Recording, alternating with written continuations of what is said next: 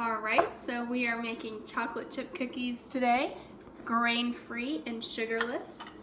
So let's start with combining the dry ingredients.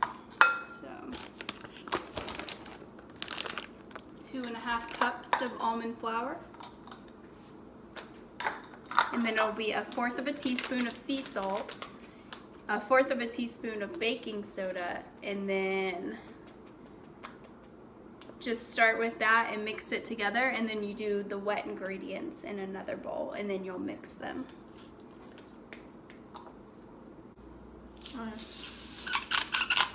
Just eyeballing my salt. It's Himalayan sea.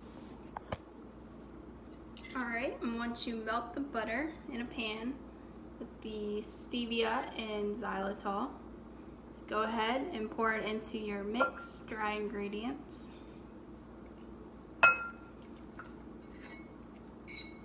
So you get that little spatula thing. And then you stir that together, and just so you know what else goes with the butter, it's 10 tablespoons of a grass-fed butter, and then 1/4 of a cup of xylitol or any other kind of alternative sweetener, and then 1 teaspoon of stevia.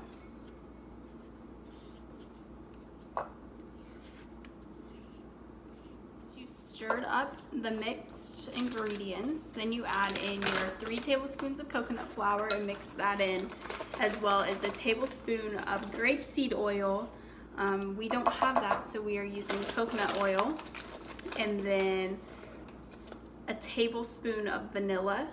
Make sure it's organic or homemade, and then we will form it into balls and put it on the parchment paper, which we already have prepared.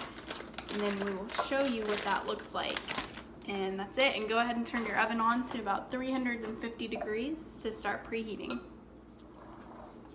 Alright, so just to give you guys a look at what it looks like, that is what we've got right now. So we're just gonna mix all of it together.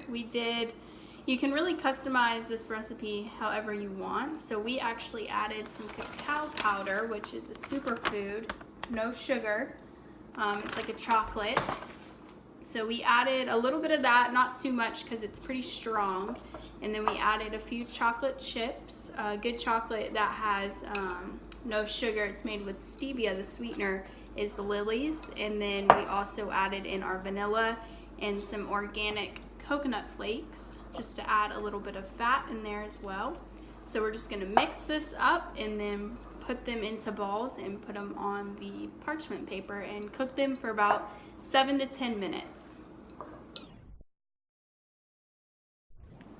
Just gonna stick them in the oven and pull them out in about 7 to 10 minutes. I like them when they're a little bit crispy, so just make sure that they're brown. So we're gonna go ahead and put them in there. So to give you an idea of what they look like once they're on the pan, try and flip the camera, nope. That's what they're gonna look like.